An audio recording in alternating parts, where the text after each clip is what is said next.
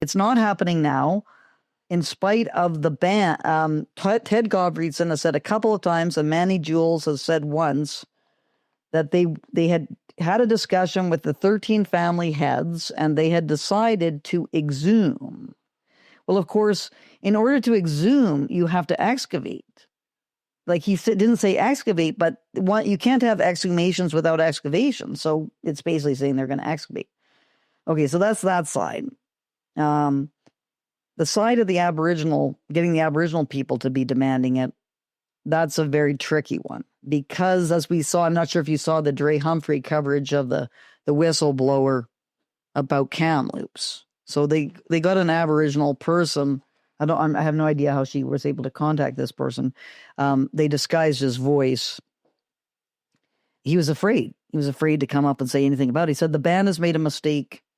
The band knows that there's no remains there, but they're stonewalling. They're doing things, but they know that it's not true what they claimed in May 2021, and whether they ever thought it was true, I don't know. There's a lot of manipulation that was going on about this. So he's afraid to say anything.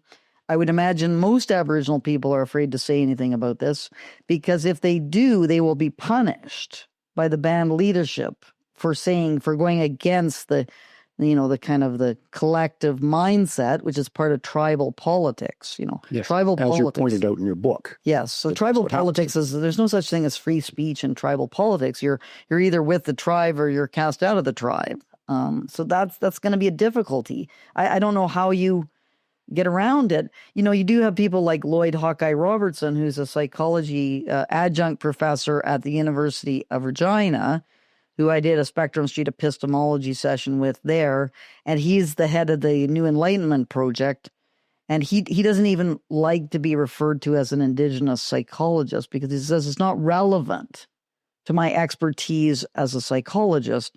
It's true I have an Aboriginal background, and that might have some shaping of some thoughts about other matters, but it doesn't matter about my looking at the evidence about whether remains of children have been found. He thinks that it appears to have been talking to him, but I don't know how much influence he has over other Aboriginal people, or whether they would listen to him.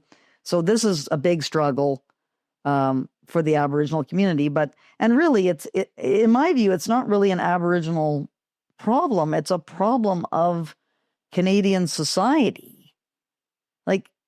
And this is the scary thing that I'm finding time and time again. People who say, and this happened in the What Remains documentary, Simon Hergott, who is the incredible videographer who did this,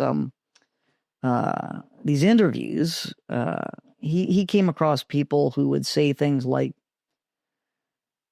the truth doesn't matter. Yes. Yeah, the young woman. It doesn't matter if the money is being misused, because Aboriginal people have been oppressed historically, and so it's just what they have owed is the money.